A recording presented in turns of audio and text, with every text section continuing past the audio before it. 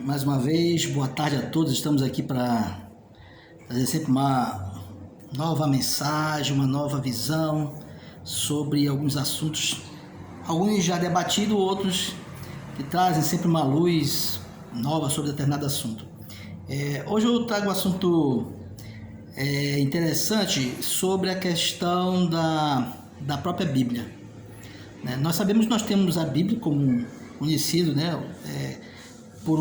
por escolha de homens, o cânon bíblico. Mas há questionamentos em alguns livros que não fazem parte do cânon, como por exemplo o livro de Enoque. Eu vi alguns comentaristas de instituições religiosas censurando e às vezes falando contra a questão do livro de Enoque, por conta da forma como ele foi escrito, a linguagem, a simbologia. Que talvez se o livro de Apocalipse não tivesse no cânon, também seria visto dessa forma, dragão voando no céu, mulher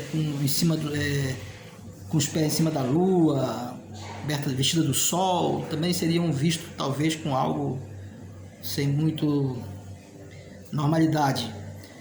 Então, o que eu quero mostrar hoje através da Bíblia, da própria Bíblia, que embora os homens tenham decidido, isso foi uma decisão humana a partir eu digo assim, uma decisão política, uma decisão unilateral, de determinada instituição religiosa para manter o controle, e por muito tempo manteve o controle. E hoje muitas igrejas cristãs, igrejas protestantes,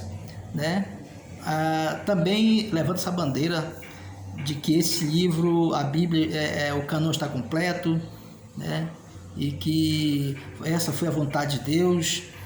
Desconhece a própria Bíblia, porque Paulo ele cita na carta dele que já faziam cartas como se fosse escrita por Paulo e enviava às igrejas, Então, Deus não impediu que acontecesse isso, que escrevessem carta no nome de Paulo. Isso teve um prejuízo muito grande na cristandade. Então, dizer que os homens não tiveram uma intervenção na escolha do cânon é um pouco inocência demais, da parte de alguns cristãos. E o que eu quero mostrar hoje é sobre a visão canônica da própria Bíblia, a Bíblia pela própria Bíblia, Então, nós temos uma passagem muito conhecida que está lá em 2 Timóteo 3,16. Em 2 Timóteo 3,16, nos é dito o seguinte: toda escritura, toda a escritura foi inspirada por Deus.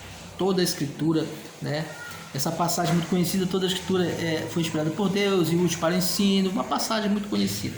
O que eu quero dar ênfase é que ele diz toda a escritura. Raciocine que quando essa carta foi escrita, ainda não existia o que nós conhecemos hoje como Novo Testamento. Então, quando Paulo fala para Timóteo toda a escritura, nós temos que entender o que era toda a escritura para aquelas pessoas da época.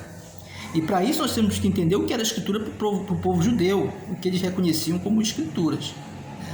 Em Romanos 15:4, uma passagem interessante que diz o seguinte: porquanto tudo o que foi escrito no passado, essa é a ênfase que eu quero dar, tudo o que foi escrito no passado foi escrito para nos ensinar, de forma que por meio da perseverança e do bom ânimo proveniente das Escrituras, mantenhamos firme a nossa esperança. Então, Paulo fala tudo que foi escrito no passado. Raciocine sempre que não havia ainda Novo Testamento. Então, Paulo fala de tudo que foi escrito no passado. E Mateus, em Lucas 24:27, Jesus falando sobre o estudo das Escrituras, avaliando o seu ministério, está lá em Lucas 24:27, diz o seguinte: então, iniciando por Moisés e discorrendo sobre todos os profetas, explanou-lhes o que a seu respeito constava nas Escrituras. Então ele começou por Moisés, ou seja, o Pentateuco, a Torá, e discorrendo por todos os profetas. Ele não está colocando uma lista, elencando uma lista de profetas. Ele diz todos os profetas que falaram a respeito dele. E aí, o que nós encontramos de interessante é relatos bíblicos, justamente, vou dar um exemplo, como o livro de Enoque, né? Em Mateus 22, 29, em Mateus 22, 19, Jesus, ele cita um trecho das Escrituras para os fariseus, né? 22, 29, ele diz o seguinte, ó: então Jesus declarou-lhe: vós estáis equivocados por não conhecerdes as Escrituras nem o poder de Deus. Falou que eles não conheciam as Escrituras. E aí Jesus cita o seguinte, no versículo 30: na ressurreição as pessoas não se casam, não são dadas em matrimônio, são todavia como os anjos do céu. Jesus fala para eles que eles não conhecem as Escrituras e cita uma passagem. De onde Jesus tirou essa passagem que ele citou nas Escrituras, que no céu são como os anjos? Quando você vai lá para o livro de Enoque, no capítulo 50, versículo 4, você encontra justamente esse relato de que Jesus está falando. Ou seja, Jesus cita um trecho do livro de Enoque. Então, quando eu encontro Jesus falando que ele citou todos os profetas, e o próprio Jesus cita um verso do livro de Enoque, como que homens podem decidir o que é ou não um cânon bíblico, quando o próprio Jesus reconhecia o livro de Enoque como um livro sagrado, né? E essa conversinha de que pode ter deturpado, que podem ter alterado, se for falar nisso, toda a Bíblia pode passar pela mesma ideia, né? Porque os escritos também foram encontrados nas cavernas de Qumran. Então, eu não posso dizer que por mera questão política, religiosa, esse aqui pode, esse aqui não pode, porque eu creio desse jeito, isso não bate com a minha crença, então esse aqui não pode entrar no canon.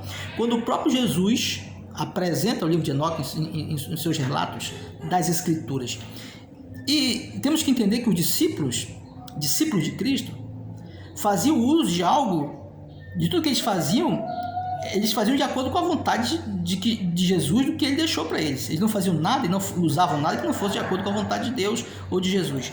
E aí nós encontramos em Judas 14, Judas, versículo 14, o seguinte relato: ora, foi quanto a esses que Enoque, o sétimo a partir de Adão, profetizou: eis que vem o Senhor com milhares de seus santos. Está lá em Enoque capítulo 2, não lembro o versículo agora, se é 2:1. Mas vejam que Judas, discípulo de Cristo também, cita e diz que Enoque profetizou. Então Enoque era profeta. Jesus citou um trecho do livro de Enoque. E como é que o livro de Enoque não entra no cânon bíblico? Se Jesus, os discípulos fizeram uso desse recurso das Escrituras, fizeram uso desse recurso das Escrituras, ele pode nos estar mostrando muitos outros detalhes também, que nos apresenta essa mudança, essa visão que as pessoas têm, que não conseguem entender a questão da escolha dos homens e a escolha do próprio mestre. Então aqui em 1 Pedro, 2 Pedro 2, 20 a 21, 2 Pedro 2, 20 a 21 diz o seguinte, 2 Pedro 2,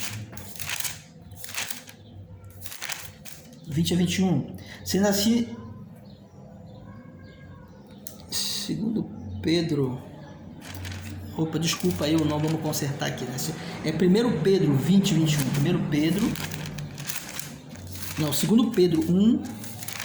Pedro 1, 20 a 21, diz o seguinte: antes de tudo sabei que nenhuma profecia da Escritura provém de interpretação pessoal, porquanto jamais profecia teve origem na vontade humana, mas homens santos falaram da parte de Deus, orientados pelo Espírito Santo. Se Enoque era profeta, Enoque era um profeta porque foi citado por Jesus, foi citado por Judas. E aqui diz que nenhuma escritura provém de interpretação humana e homens falaram inspirados pelo Espírito Santo. Então, Enoque se enquadra, né, na descrição de Pedro sobre o profeta e se enquadra nas escrituras. Mas ele não é colocado no cânon bíblico. porque foi uma decisão humana, uma decisão política. E muitas igrejas que se dizem, né, donas da verdade, rejeitam isso porque vai de encontro às suas próprias doutrinas, que levam a rejeitar esse livro. Nós temos aqui também, eu posso citar em Josué capítulo 10, versículo 13, e 2 Samuel 1,18, temos a citação do livro chamado Livro de Jazer, né? Outro livro que não entra no cânon bíblico, embora foi um livro que foi relatado muitas coisas, e foi relatado na Bíblia. A Bíblia cita o livro dos justos, o livro de Jazer, né? E por que esse livro não entra no cânon? Um livro que fazia parte dos ensinos, dos estudos de Jesus, fazia parte dos estudos de Josué, dos profetas, fazia parte do conhecimento do povo de Israel, e ele não entra no cânon bíblico, né? Temos também o livro dos Jubileus.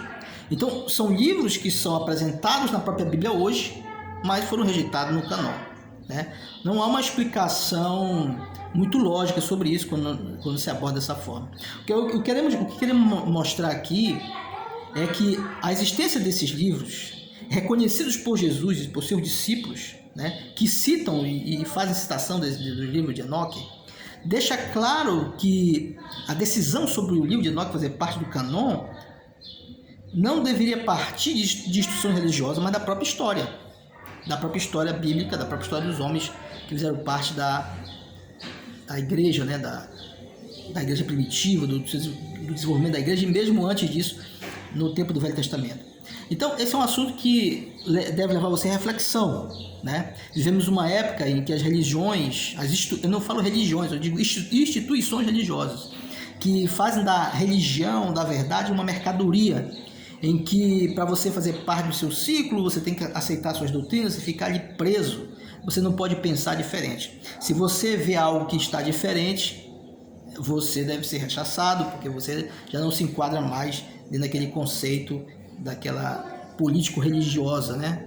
daquela instituição. Então, irmãos, é preciso termos a mente mais aberta e lermos a Bíblia com mais atenção, né? Aí algumas pessoas citam o livro de Enoque, aí o seu pastor diz, não, esse livro aí, isso aí como diz um doutor em arqueologia bem conhecido, algumas coisas você pode tirar, que o apóstolo usou apenas como um relato histórico para comparar. Ele chama Enoque de profeta. Jesus cita o livro de Enoque como parte das Escrituras, né? E o próprio Paulo fala dessa questão de toda a Escritura no passado foi escrita, né? Então, nós temos aí os relatos que deixam claro, né?